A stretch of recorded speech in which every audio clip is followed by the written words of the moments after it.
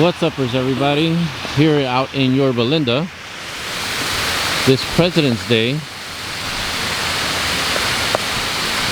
here at the Richard Nixon Presidential Library. Today is Monday, February 16th, 2026. It's my first time here. Just wanted to be patriotic, I guess, today, and see what this library is like. There's two libraries out here. That's the Richard Nixon Library out here in Yorba Linda, like I said, or mentioned, I think. And the other one is located in Simi Valley, which would be Ronald Reagan's Presidential Library. But this is the front parking lot. Presidential flag, American flag, and California flag.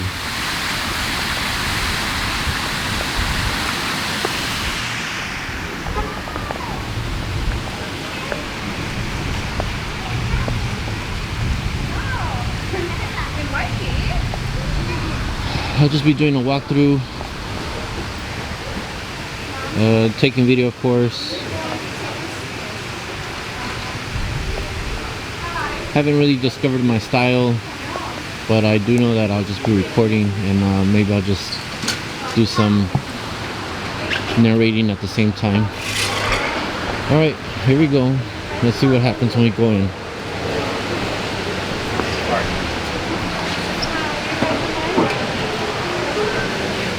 Which way to open? This way?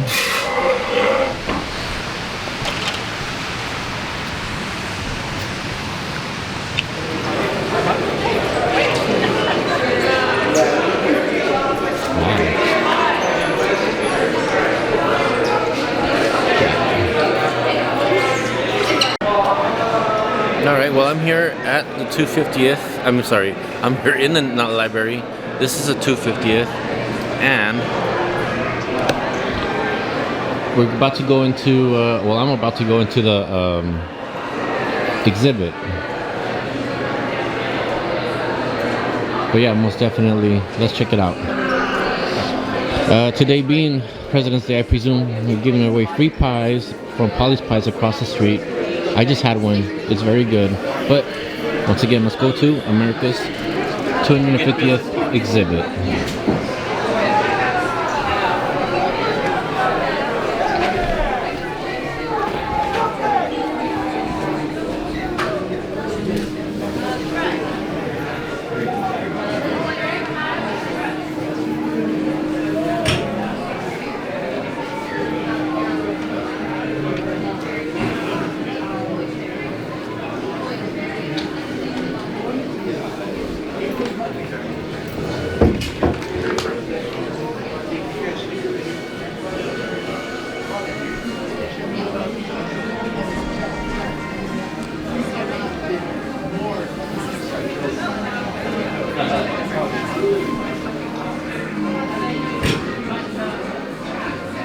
Thank you.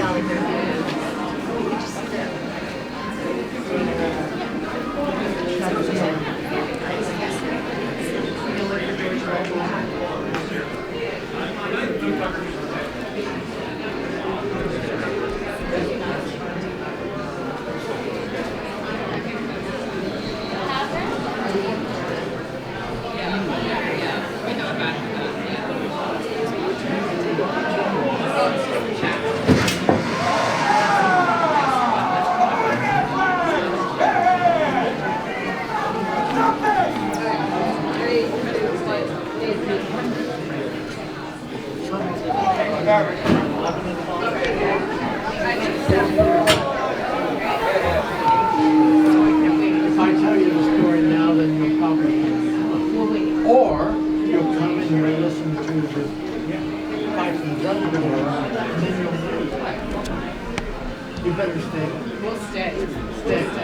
Because each of the presidents say something about what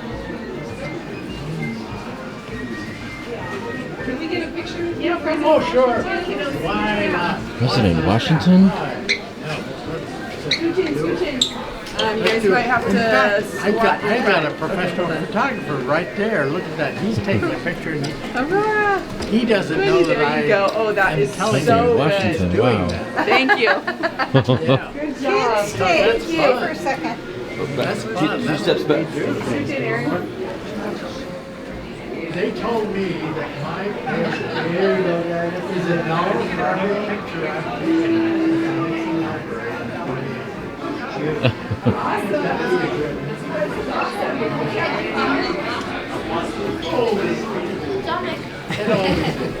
We never know what we're saying. See, you're looking for my name. It's on there because in '75, I became Commander-in-Chief of the Continental Army. I had to go up to Massachusetts and put together a straggling bunch of people that were coming from every colony, and they were all had their own idea how to fight a war, and there was no discipline. So I had to spend from 75 until 76, I had this read to my troops. Never signed, not volunteers.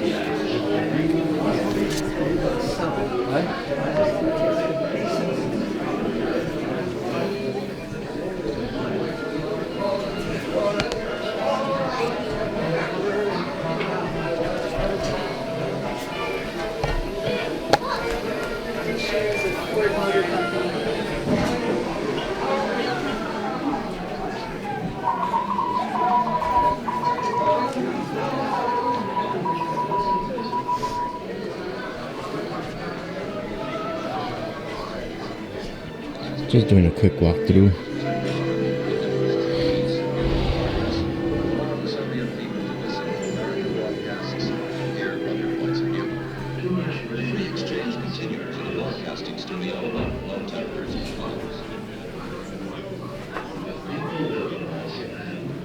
How many years has this position? 150 years of independence. It's the way they live. Yes, I did. I was We have not quite 42 years. 7 years from now, we will be on the same level of achievement as America. Look at these big old cameras. And it's huge.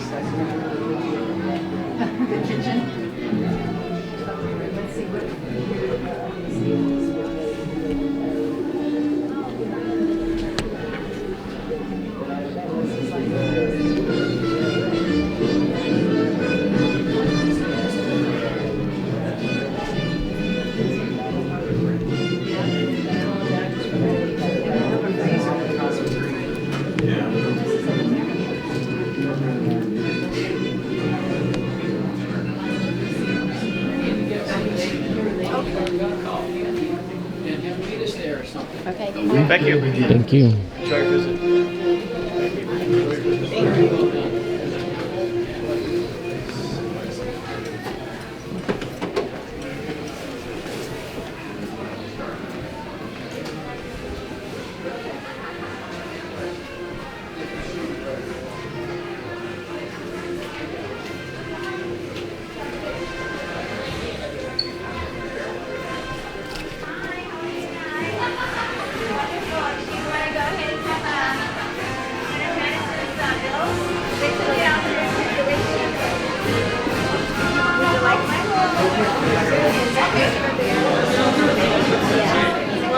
We'll save it.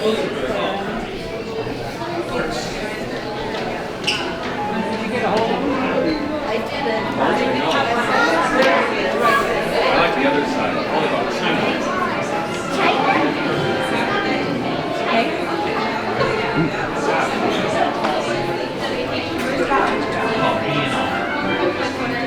They said they're gonna have the purpose. It's a contract. Stay with the literature. Sorry, my piece up. Not too many people notice that. And And then some of them are just, you know, like Go ahead. Eisenhower. He was a 5-star general, so I like 5 stars. Thank you for sharing. Oh, that was good, yeah. Now I noticed some of these I can tell. Glory, I looked at other pictures. I did research on the colors of her hair. The artist is here. Yeah, I noticed the bags under FDR's eyes. This is for adults.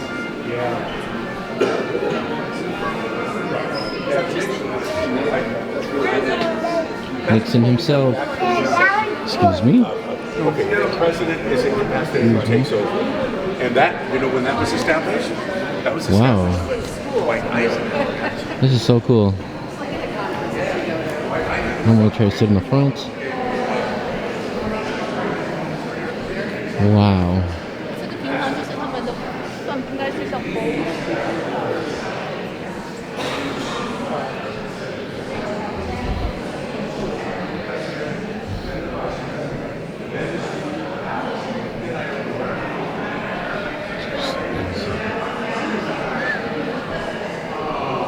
Pretty slick.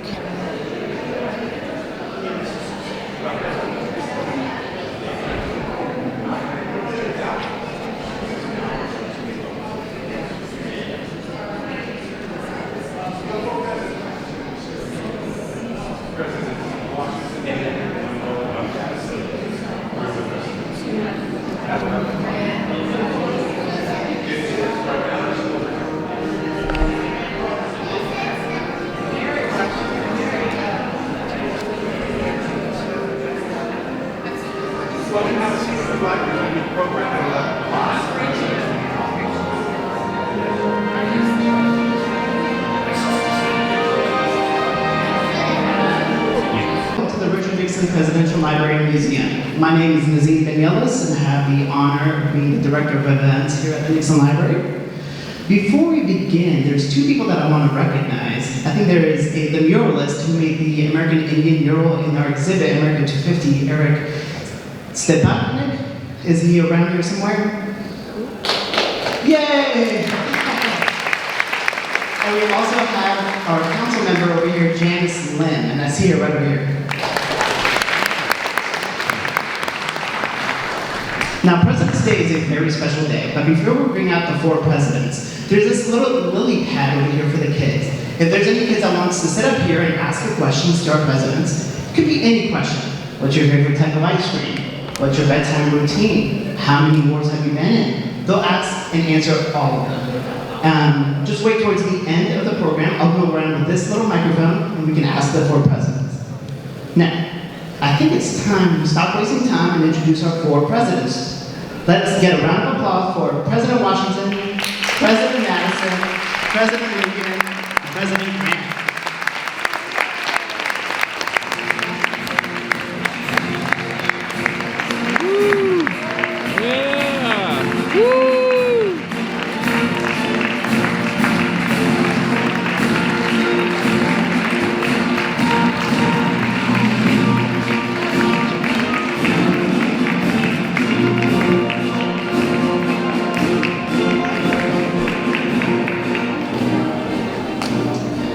Now, President Washington will take it away. Go for it, President. Wow, this is wonderful. I remember when we used to fill this room with children on Meet the President in the summertime. It was wonderful. Because I have been here for 28 years doing this. But I went to go by my table and get a brochure that shows 50 years of being Washington. 50 years. And I told the Lord, as long as He lets me have my hair, I will continue to do it. Now, what I'd like to do today, at my table, one of these, and I want you all to pick up one. And then I want you to especially pay attention to these wonderful men who have come to help us each President Day. You will hear some wonderful stuff. But this isn't the only day we do this. We do this all the time. So make sure you find out who they are and where they can be contacted. Now, what I'd like to do today is just share something about this uniform. Because this is the only uniform that I have in the Smithsonian. I do not have my inaugural suit, but I have this uniform. In 1783, when the war was over and I surrendered my sword, on the 23rd of December, 1783, I rode home all the way to Mount Vernon in this suit. And then I took it off and did not put it on again until about 4 years later. And I became president of the Constitutional Convention. And I went opened the Constitutional Convention in this uniform to remind the people how important the victory in the Revolutionary War was to our nation. And then, when they said that I was unanimously voted President of the United States, I put on this uniform to travel to New York City. I had to borrow $600 to go to New York City for my inauguration. When I became president, the first year, in 1789, I made a trip to all the cities in the north of the New England states. And whenever I entered a city, I did not enter as the President of the United States dressed in a suit, but I always put on this uniform because this is what the people identified me as. And so that was wonderful. And then, in fact, that's when I came back from visiting the northern states in '89, I had what I called the State of the Union address to Congress, to tell them, because I was the only one that knew what was going on in each city. And then the next year, in 1790, I went through the southern states, almost 2,000 miles, 1,970 miles. Can you imagine? But every time I got there in the city, I put on this uniform with it. Then when I became president of the United States, I dressed up in this uniform one more time. As Commander-in-Chief of the Army of the United States of America. And I decided that I was going to be strong and put down the Whiskey Rebellion. 22,000 troops. Mind you, I only had 2,200 troops across the Delaware in '76. Now, 1794, and there was a rebellion. The farmers found it was cheaper to make whiskey and to transport whiskey than it was to transport the grain. But there was one final time when I put on the uniform. If you come by my table, you'll see a picture. Because it was at Martha's granddaughter's wedding. And she said to me, she said, "Papa, I want you to give me away in marriage in your blue and buff uniform. Because when you came home from war on Christmas Eve, I was only 5 years of age. And she says, I opened the door, and there you stood in that blue and buff uniform. I want you to give me away in marriage. And it was the last birthday of my life, February 22nd, 1799. To see that picture, you have to come to my table. You will see this uniform giving away. Nellie Custis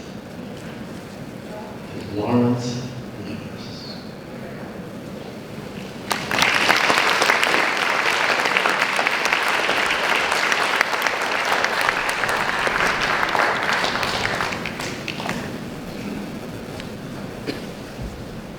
You're all probably wondering by now why I called you all here today. I'll not keep you waiting any longer. I called on Congress to declare war on Great Britain. Yes, it's true. I, James Maddison, the 4th President of the United States, have made the first American declaration of war on a foreign nation in this young republic in history. This is America's second war of independence from Great Britain. Don't worry, my lovely wife Dolly has abandoned the White House, having taken George Washington's portrait, carefully cut from its frame, and current reports are that even as she is still traveling, the British troops have set fire to the presidential mansion. In the aftermath of Napoleon's defeat, 30,000 British troops are moving from the European wars across the Atlantic to resume hostilities with these American states. Nonetheless, we're confident that this American government, for which philosophy has been searching and for which humanity has been sighing for all the ages, that government and the people it serves shall ultimately prevail. And why is that? Well, I spent my entire life dedicated to creating the best government in history. At 23 years old, I wrote the Virginia Colony's Constitution, and later, as the youngest delegate at the Continental Congress, presented it as the template for the Constitution that we enjoy right now.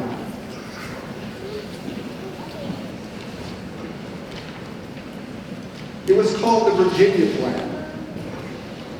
Now, having studied the governments of history, the most valuable lesson I learned was what doesn't work. I discovered that pure democracies don't work. They might appear to shine for a while, but they always burn out. And as our second president, John Adams, said, remember, democracy never lasts long. It soon wastes, exhausts, and murders itself. There never was a democracy that did not commit suicide. Thomas Jefferson said, the Republican is the only form of government which is not eternally at open or secret war with the rights of mankind. And then George Washington said, republicanism is not a phantom of a deluded imagination.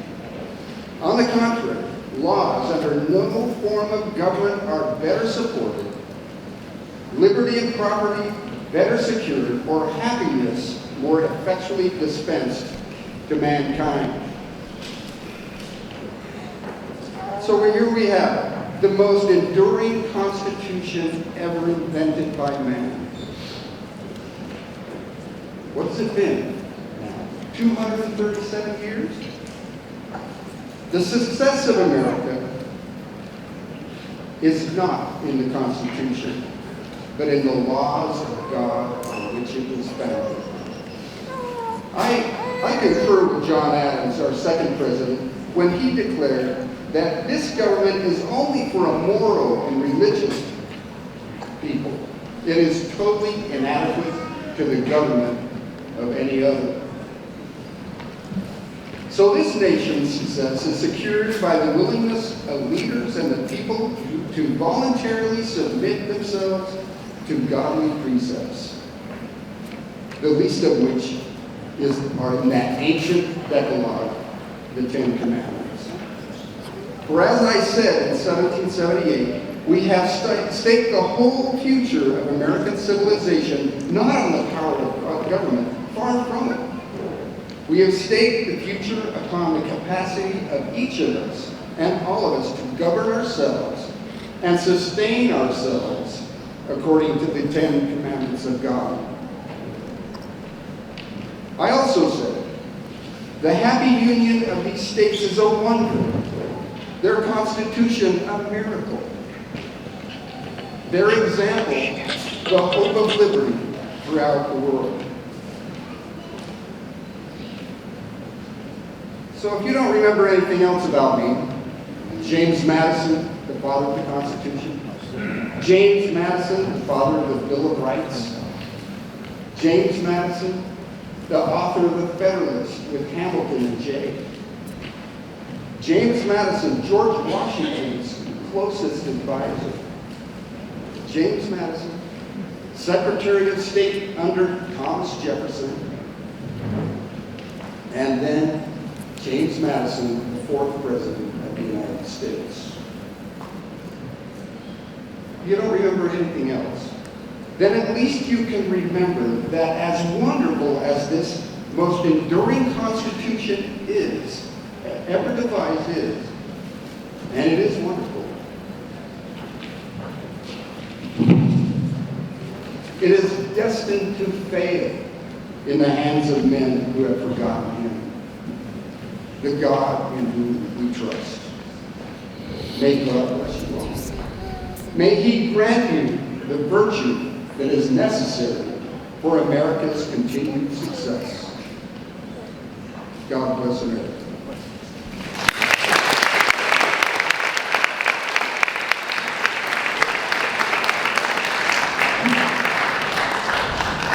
One thing we can remember about James Maddison is what bill are you on? $5,000 bill, everybody's got one. Everybody remember me for that. Well, how do? My name is Abraham Lincoln. I am your 16th President of this great United States. I'm standing before you to proclaim as the President, and I'm taking a solemn oath to uphold our Constitution, our Bill of Rights, and our Declaration of Independence, of which I was sworn to do. I believe that in contemplation of universal law and of this Constitution, the union of these states is perpetual. It is my duty to preserve, protect, and defend this country against all aggressors, foreign and domestic. My intent is a free and prosperous people that is free and prosperous. These are my ideals. These are the standards that I govern this great nation by. Our Constitution, our Declaration of Independence, which was challenged, wasn't it? Even before I became, before I even walked into Washington, I was elected.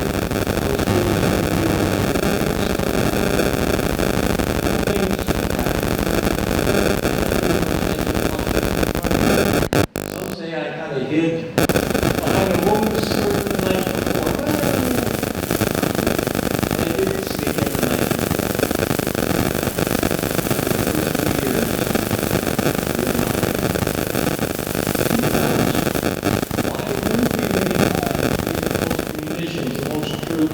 the most everything.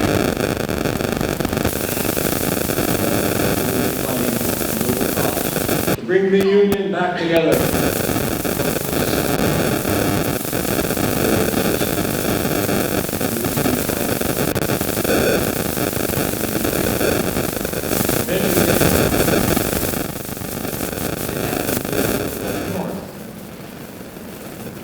to this victory, the governor of Pennsylvania, Burton, and a gentleman named Mr. Wills invited me to an event. I'm sorry if I bring things down a little bit, but I wanted to be there in front of that crowd of 15,000. The nation is weary of bloodshed. This war has gone on much longer than anticipated. But there is hope. The Confederacy is splintering. Lee has been turned back. General Grant has given us the Mississippi. The high mark of the rebellion has crest. And even with over 50,000 casualties in this 3-day battle, it was still a victory. But at what cost? Is this time for celebration or dedication? You see, I'm weary of sending young boys into harm's way. I am weary of lost battles. I am weary of writing letters to families of dead soldiers. And here, I have seen the scars on this peaceful town. I have visited the grave of Jenny Wade. I have felt the sorrow in the air. When will all of this end? The nation is asking me this question. I don't have an answer. But I've always desired to conduct the affairs of this administration to the best of my abilities. And if at the end I have lost every other friend on earth, I shall at least have one friend left. And that friend shall be down inside me. So here we are, following a procession of over 1,000 soldiers. We have entered Evergreen Cemetery, where we are all now standing here before you. And those thoughts are still with me now. The cannons are silent, the muskets have all been stacked aside. There's a solemn presence blanketing these few acres here like an early morning fog. The earth beneath our feet is quietly shouting. Here lies a soldier, a comrade, a hero. Here lies a father, a brother, a son. We are assembled here today to honor those who fought and died on these surrounding battlefields. I have been asked as chief executive of the nation to formally set apart these grounds of their sacred use by a few appropriate remarks. Can this be accomplished? Standing here before you, many thoughts travel through my mind. Gazing out over the rolling hills, the gentle valleys, the grass is blowing in the breeze, I can see the markers, the mounds of earth, the wooden boxes. Can there be an explanation for such a scene? Can there be comfort for all the sorrow? Can there be an answer to the many questions? What do you tell a mother to ease the pain of her son not coming home? What words do you use for a wife whose husband won't be returning to her? How do you explain to a young child that her father won't be there to see her grow? How do you rate? Well, it was for the right reason. It was for freedom. It was to preserve the Union.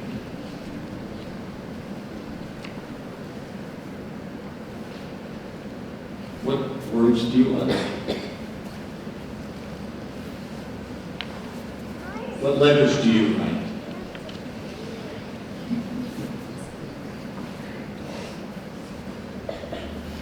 What address do you speak? 407 years ago, our fathers brought forth on this continent a new nation, conceived in liberty and dedicated to the proposition that all men are created equal. Now we are engaged in a great civil war, testing whether that nation or any nation, so conceived and so dedicated, can long endure. We're men on a great battlefield of that war. We have come to dedicate a portion of that field as a final resting place for those who here gave their lives that that nation might live. It is altogether fitting and proper that we should do this. But in a larger sense, we cannot dedicate, we cannot consecrate, we cannot hallow this ground. The brave men, living and dead, who struggle here have consecrated it far above our poor power to add or detract. The world little known, will long remember what we say here, but can never forget what they did here. It is for us, the living rather, to be dedicated here to the unfinished work which they who fought here have thus far so nobly advanced. It is rather for us to be here, dedicated to the great task remaining before us, that from these honored dead we take increased devotion to that cause for which they gave the last full measure of devotion. That we here highly resolve that these dead shall not have died in vain, that this nation, under God, shall have a new birth of freedom, and that government of the people, by the people, for the people, shall not perish from the earth.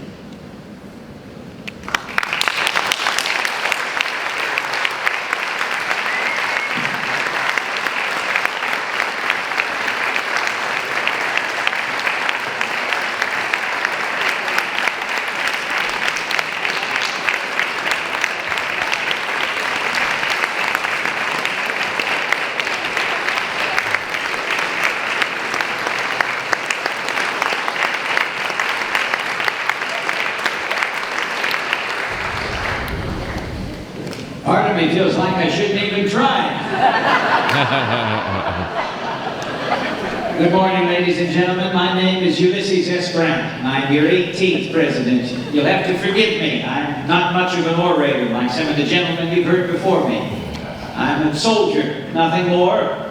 Proud with the mud on my boots and the dust on my uniform. Mr. Lincoln talked about the Civil War which we endured in this country, and on the 250th anniversary of our Union. Looking back upon my mistempered youth, it's wonderful to see the faces of the children here today, to hear this history, to uphold this history. Mr. Lincoln credits me with the victory at Vicksburg, which broke the Confederate supply line and gave us the Mississippi. It's interesting that the stars on my shoulder really are for logistics, really for strategy. But it is the brave men and women that we even have today in uniform that make these battles winnable, that actually carry the flag into the field. The later end of my life, to ensure that my family wasn't left with nothing, I decided to write a memoir. Of course, a gentleman by the name of Mark Twain was really the pusher for this book. I dedicated those words, my experience from birth all the way to Lee's surrender at Appomattox Courthouse, to the servicemen, to the soldiers, to the shipmen and sailors, as well as the nurses. No politicians, sorry, gentlemen. My presidency was not necessarily one of the most grand, but we did bring the Union together even closer. It was during my second term as president the Transcontinental Railroad was completed, uniting both East and West Coast for trade and travel. It was under my administration that African-American men were given the vote in our country. It was very much a civil rights president. But I wanted to ensure upon leaving office that besides our own great country, America had a presence in the world. I took it upon myself, my wife, and my oldest son to travel the world. The first time a president had ever done so. The first time a president had ever sat down with Queen Victoria, the Pope, the emperors of China and Japan. It was upon completion of this journey that we realized America was here on the world stage, ready for anything, and here to stay. Thank you.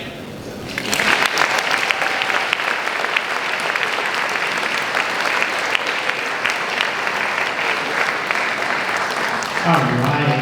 Now we're going to open it up for question and answers. Does anyone here have a question? If you do, raise your hand. I'll see one right here.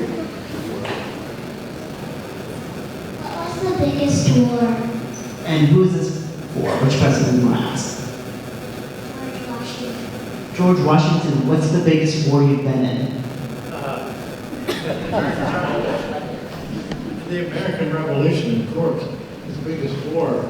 It was 8.5 years. It was a long, long time. And I always promised Bart that I would be home on Christmas Eve. And it wasn't until 8.5 years later that I came home on Christmas Eve.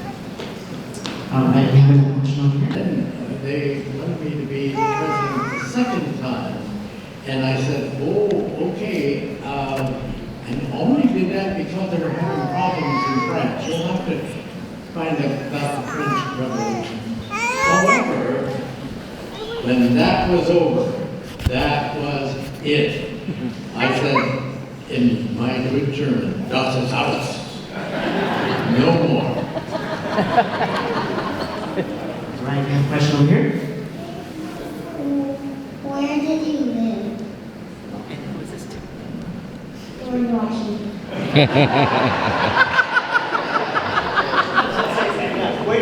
Okay, I lived in Mount Vernon in Virginia. It's very close to what was known as the Federal City. It's now Washington, D.C. But it was a beautiful place. And I loved Mount Vernon so much that I would rather have been at home on the farm than being in the war or being president. So it was my home. All right, we have another one over here. What was it like to be president? Abraham Lincoln. What was it like to be president? It was great up until the end.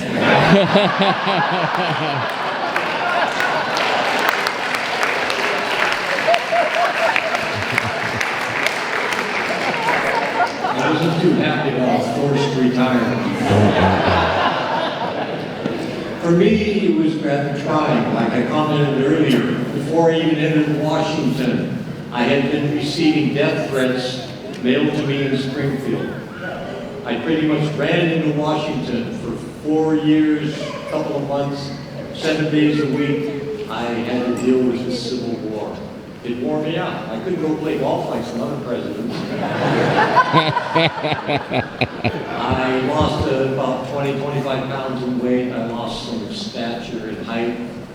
My wife had to force me to eat because I couldn't eat, I couldn't sleep. So it was rather trying. Would I give it up to do anything else? No, I would not. I felt it was my duty as president to bring this nation back together, and that's what I wanted to do. The next question is the guy over here. What do you think about Trump? Lyndon, she's asking you, what do you feel about Trump? You might not know him. That could be the answer. I'm not going to get shot again.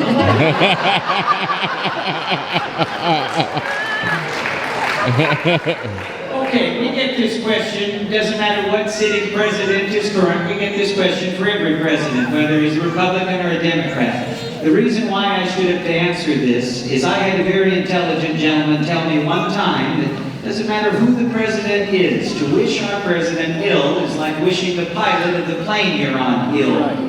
Yes. He might not be the guy we like, whoever that guy is, but no matter what he does, we want to be good citizens ourselves and wish him the best. We want to have hope for our nation. Have hope for our nation.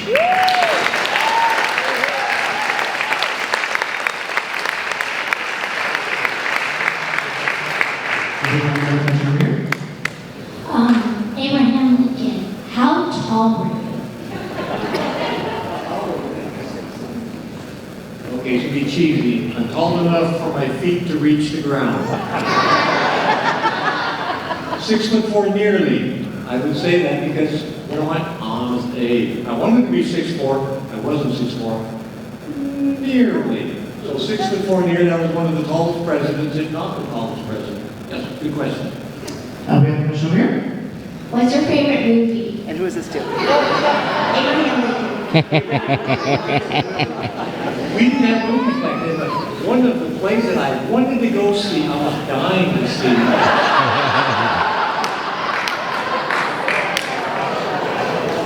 American Cousin. Famous movie. The next question is over here. This one's for George Washington. How big was the United States back then?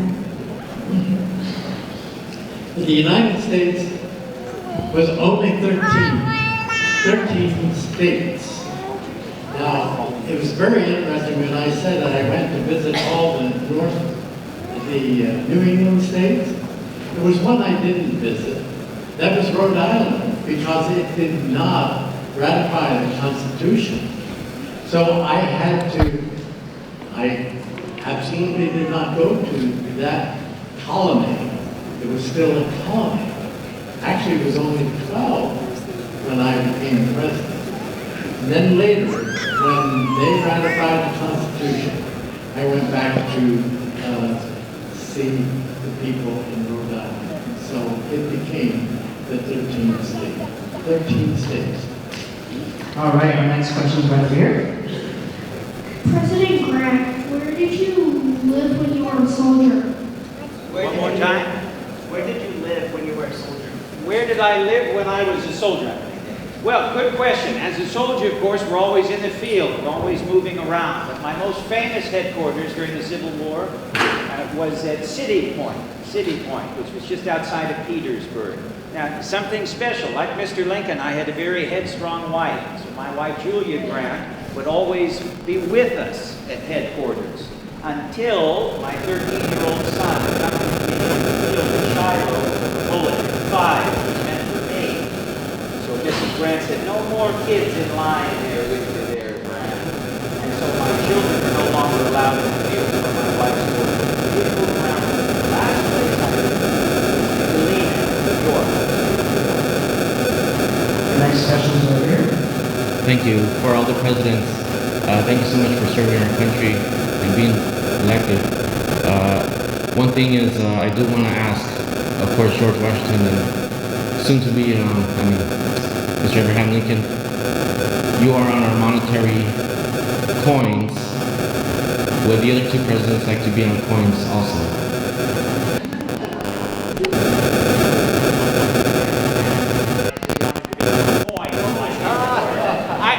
Comfortable on the front of the 50, to be honest with you.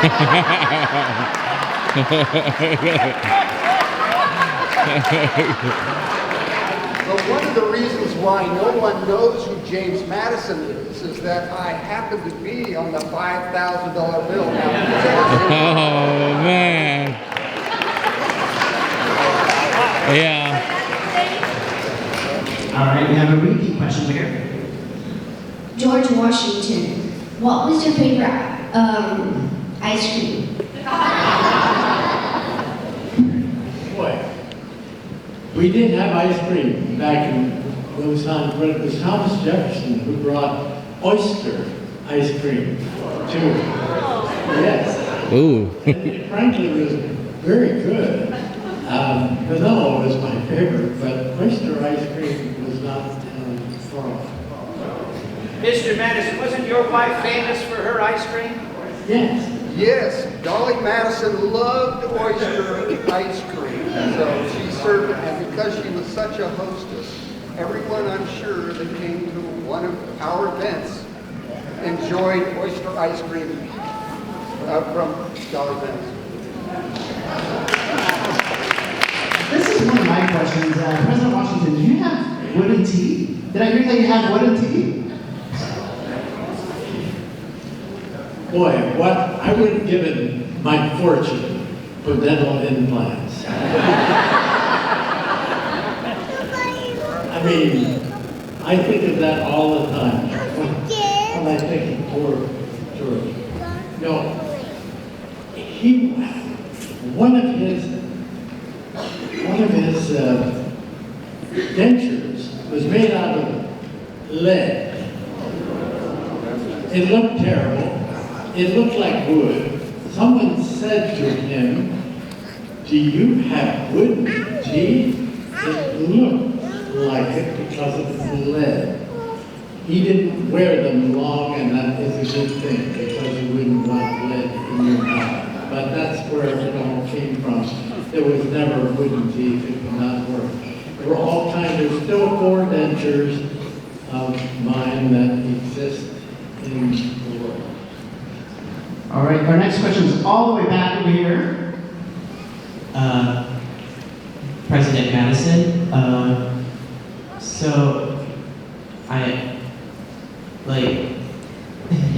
how long was the 2 terms that you served in office? And why? My presidency was 2 full 4-year terms, and I also served as a Secretary of State for Thomas Jefferson, if that's what you're talking about. Is that all of your question? He said, how long were your 2 terms, and why did you serve them? Well, if you think about it, since I wrote the Constitution, I think what happened was, after all the tall guys got their shot, they knew they really had to default to James Maddison because I wrote the whole deal. So it's kind of an inevitability that I would become president eventually, and so I served the full 8 years, and I was really lucky because even though the war that I declared went disastrously for us because we were not prepared for war, we eventually wore the British out.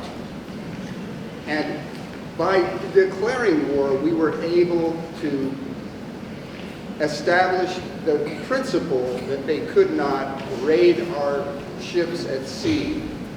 And so I really enjoyed my last 2 years because that war ended about 2 years before the end of my last term. And all of the 3 previous presidents, John Adams actually claimed that I had accomplished more than all 3 of them, even though it looked like a disaster the whole time. All right, a couple more questions about this. Next question is all the way back here. This one's for President Graham. How did you reunite the country after the Civil War? How did you reunite the country after the Civil War? Well, that's a very tough question. With the Civil War, of course, the nation was divided. After Mr. Lincoln's, what did you say, early retirement? Mr. Johnson served. Now, Mr. Johnson was not as kind to the South as Mr. Lincoln had originally planned to be during Reconstruction. The issues we faced in the South, and I spent a lot of my second term fighting the Ku Klux Klan and racism that was boiling up. It was almost overnight that hundreds of thousands of people were free. Where were they to go? What jobs were they to have? So the operation then became integrating everyone into society. It's one thing to fight for a union, but what does that union look like if we're still all in our own individualism? So we started with getting African American men the vote through Congress, through an amendment. And then, of course, the end of my presidency had a little diversion there with the Teapot Dome scandal. My downfall, people like to say, was, as a military man, I believed everybody I shook hands with was just as honest as I was. And that was a problem in politics. It was a problem in politics. But eventually, of course, after the war, the union was together again. But that didn't mean everyone was happy about it. We've seen quite a bit of division all the way into your time today. It's a matter of how we deal with it, how we respond to it. It's up to you. You're going to be the next people up here leading our nation. So we want to weed things like that out. We want to weed indifference out. That's a good one. Our next question is over here. So this one's for President Washington. What made you think that isolationism was the best for our country? Well, we sacrificed to be a nation, and everything was directed to keeping the freedom we got in our war. And so we did not want to, I did not want to get involved with Europe and all of its problems. Even though the French, without the French, we would not have won the American Revolution. Yet what we had, we wanted to secure and keep. So yes, I was an isolationist because I believed in America as I fought and lived for. All right, and we have a question here from Maddison, all the way back over here. I have a question for President Grant. President Grant, did you take riding lessons as a child, and how did you learn to ride so well? Of course, that is. That's an excellent question. As a young man, I decided I did not want to follow the family trade of being a tanner, working with leather and hides. So I was fortunate enough to enroll at West Point. I was a terrible, terrible student at West Point, second to the bottom of my class, but top of my class at horsemanship. Now, with the war with Mexico, which I served under General Andrew Jackson, there was a battle, the Battle of San Jacinto, where we needed someone from our side to carry messages behind enemy lines. Well, how do you impress fellow soldiers? You do things nobody else wants to do. So I rigged my saddle a little off end so I could ride where it looked like I was not on the horse. Almost like a Western film, if you were. And I was able to successfully carry those messages behind enemy lines.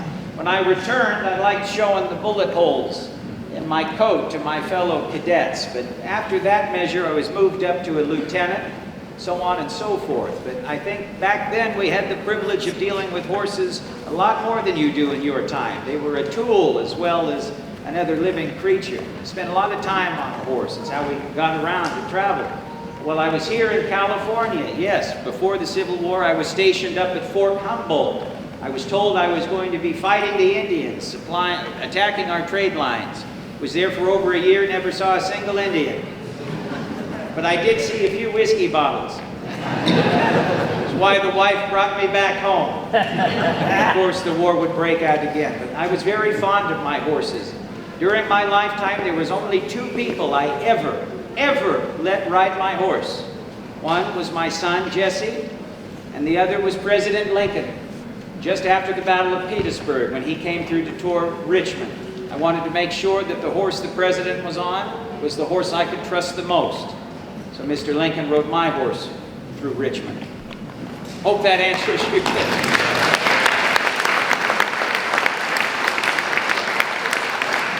Our next question is to your right here.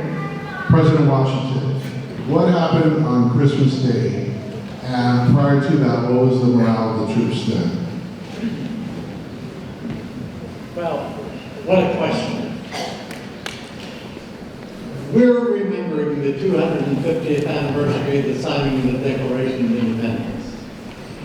When we signed the Declaration of Independence, they rang the Liberty Bell. 6 months later. Remember, 6 months later, I had 2,200 troops to protect the whole nation 6 months later. By the end of December 31st, when the enlistments ran out, I would have been down to 600 troops. These are the times that try men's souls, where the summer soldier and the sunshine patriot will not last. This was do or die. It was triumph or defeat. We had to go across the Delaware River in a nor'easter, a terrible storm. We took 2,200 troops across that river on Christmas Day, 1776, 6 months after the signing of the Declaration of Independence. We lost no soldiers. One president slipped off, and we had to pull him out of the water. He was number 5 president, James Monroe. But we won the victory. And I can't tell you, instead of 600 troops going into 1777, we now had several thousand troops because we took a chance, because we threw everything we had, because we did the impossible. We defeated the Hessians at Trenton and later went on to Princeton to win there.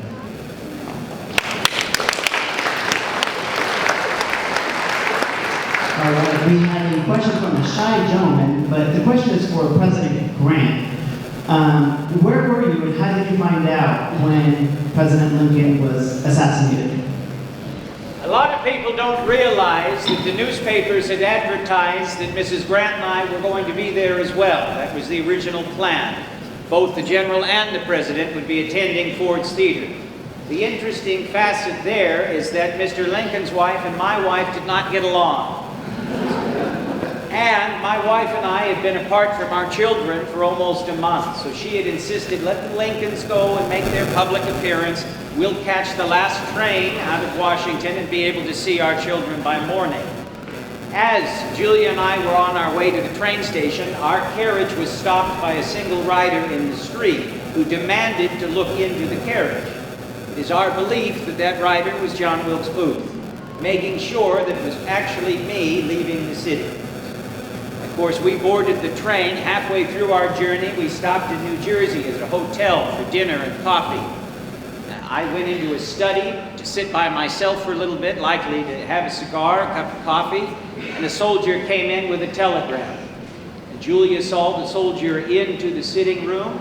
I was alone for a few seconds, and I came back out, hat on, ready to go. The room was quiet. Mrs. Grant asked, "What is the word?" All the telegram said, "The president has been shot. Return to Washington immediately." Of course, we were not able to make it back to Washington before Mr. Lincoln passed. But it would be that interim time, while we were figuring out how and why things had happened, that I would serve as Secretary of Defense. Now, a very troublesome story there. A lot of things that added up to Mr. Lincoln's early demise. Of course, not everyone realizes we had to chase after Booth. A long and sordid history there. But I was supposed to be in that box, and some people say I carried that with me. Would things have been different had I been able to perhaps protect the president? Would it have been different if it was my life and not his? Would Reconstruction gone smoother? One shot, barely heard by the audience, changed the course of American history.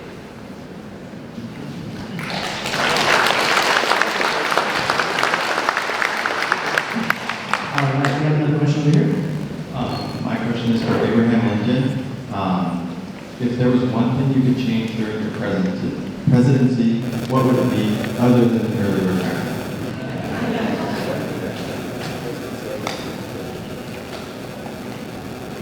Is there anything more important than that? Interesting. Whoa. Take my wife, please. Take my wife, please. Wow. Then I would change. Honestly, I think it progressed as it should have. I always claim that it's good that the future comes one day at a time, because we couldn't handle any more than one day at a time.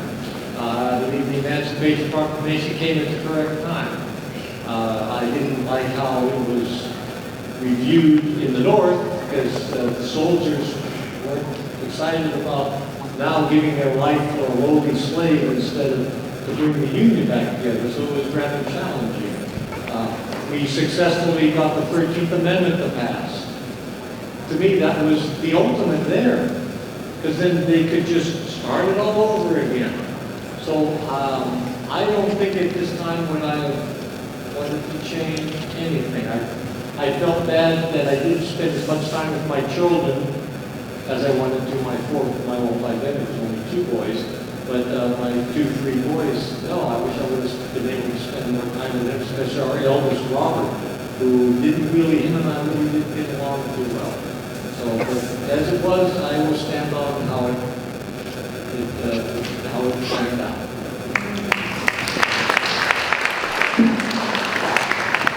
All right, and this is going to be our last question over here. But for those who didn't ask a question, the questions will be in the hallway a little later on, and in our America 250 exhibit. I'm more than happy to take on any questions you guys may have. But here's the last question. Can you do a funny dance? I think he wants you to do a little funny dance, President Lincoln. You've been asked to do a funny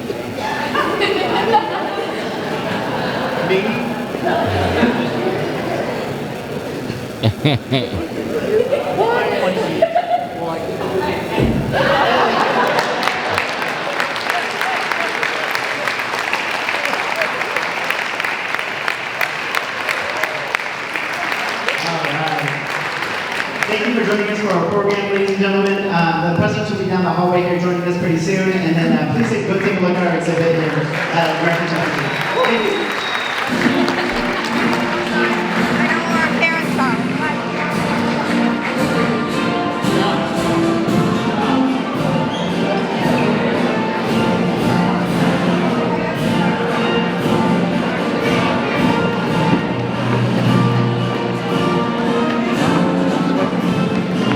He does a great Charlie Chaplin. Yeah. That's what he does. He does Charlie Chaplin. Very nice.